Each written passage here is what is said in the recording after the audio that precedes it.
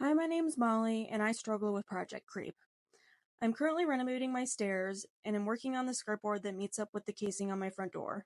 The skirt board is going to look like this, meeting up with the door trim. The issue is that I plan to replace the door casing to match the window that I already did, but the casing that I'm going to replace it with is wider than the casing that is currently there. So you guessed it, we're tearing it out because I need to do it now to make sure I cut the skirt board correctly. I'm going to show you a simple way to update the casing on your door. First, you'll take the old trim off, cutting the caulk to make sure you don't tear off any drywall, and then prying it off the wall. I took a level and marked the line where the top of the sides of the window trim stopped to get the height I needed for the side trim pieces for the door.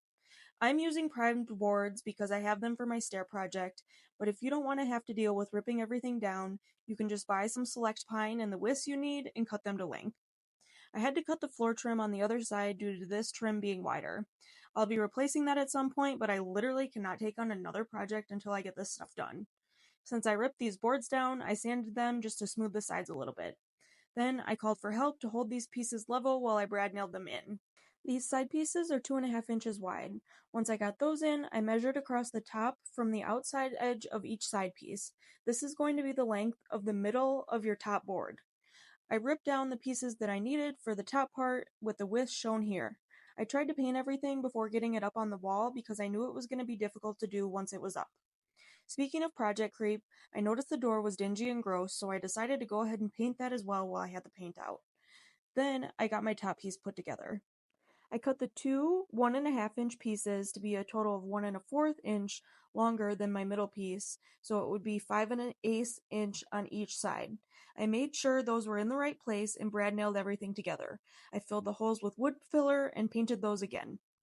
I took that whole piece and put it up on the wall with brad nails, making sure the middle piece was aligned with the side pieces I had already put in.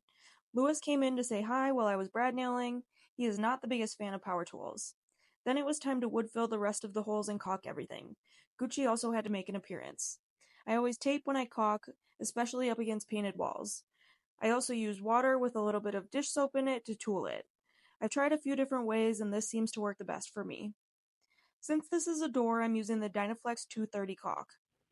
And that's how you update your door trim. I also apologize that it's always so dark when I'm filming my projects. I have a full-time job and have to work on these at night, and it also gets dark at 4:30 here in Wisconsin. But next up, we'll continue with my stair updates.